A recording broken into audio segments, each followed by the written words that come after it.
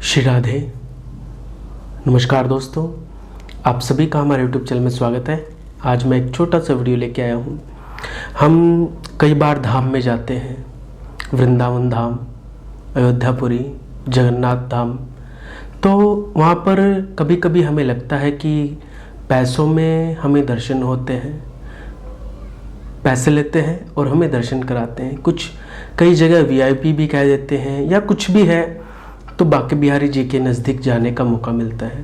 तो मैं आपको सच बताऊं, मैंने आज तक कभी पर्सनली किसी को कोई पैसे नहीं दिए हैं और मैं आगे बांके बिहारी तक गया हूं, बिल्कुल आगे तक।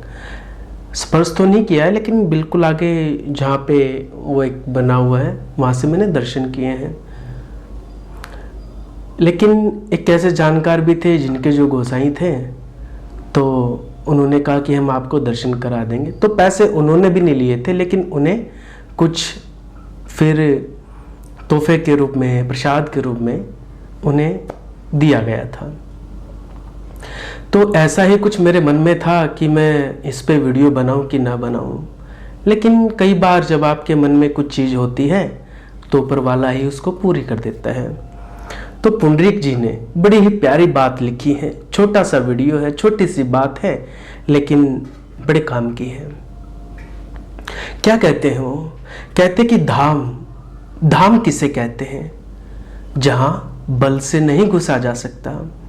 सच कहूं तो जहां कृपा से ही घुसा जाता है। सबसे पहली बात यह है, आप श्री धाम वृंदावन में गए हैं तो ऊपर वाले की अनंत कृपा है, और उसी कृपा के कारण, किशोरी जी की कृपा के कारण आप उस धाम में गए हैं।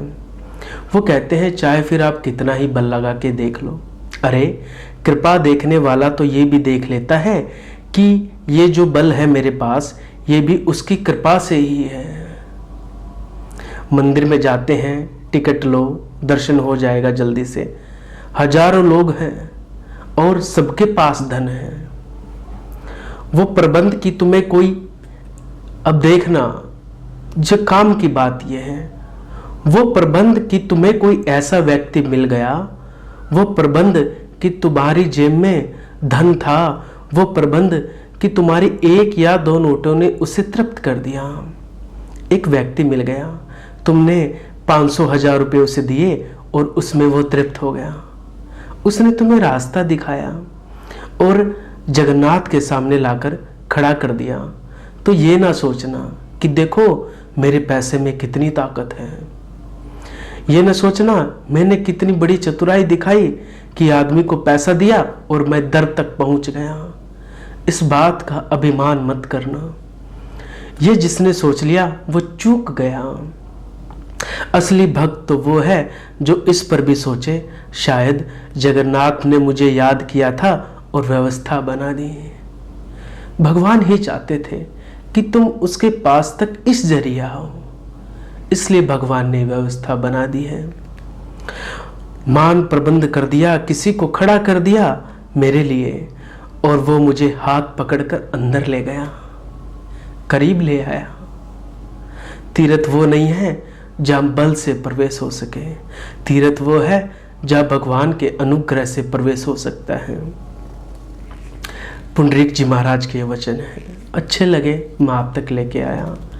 तो कई जगह ये होता भी होगा, देखा भी है, सुना भी है, लेकिन हकीकत क्या है? आप करने क्या जा रहे हो?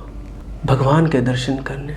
वैसे भी तो बर्गर, पिज़्ज़ा, कोल्ड ड्रिंक कितने पैसे लग जाते हैं। थोड़ा विचार करना।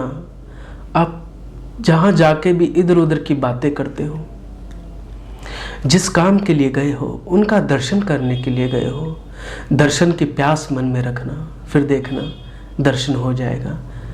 अनेकों भक्त हैं।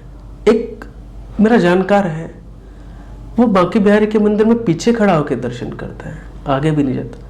बोले क्या मुंह लेके जाऊं यार, बस उसके सामने हूँ, ये भी काफ़ी है। कोई राधा रानी का मंदिर हो तो सामने ही नहीं जाता, कहते इतने पाप किए हैं, इसके लायक नहीं हूँ मैं। ऐसा भाव है। तो सबके अपने भाव हैं। कभी कोसना मत। दर्शन के लिए जाओ तो फिर दर्शन के लिए ही जाओ। और चीज़ें आपके दिमाग में नहीं आनी चाहिए। आपके पास 1 रुपया भी नहीं है, 1 रुपया, और उसने आपको बुला लिया है, तो कोई दुनिया की ताकत उसकी कृपा को काट नहीं सकती है, ध्यान रखिएगा। और आपके पास अनंत पैसे हैं, बहुत रुपया पैसा है, उसकी कृपा नहीं है तो सब बेकार है, ध्यान रखिएगा। तो ये प्यारा सा वीडियो मैं आपके लेके आया। आगे भी कुछ कथा कहानियाँ किस्से प्रसंग आप तक लाता रहूँगा। आज के प्रसंग को यहीं विराम। आपको मेरा प्रणाम। जय श्री राम, जय जय श्री राधे।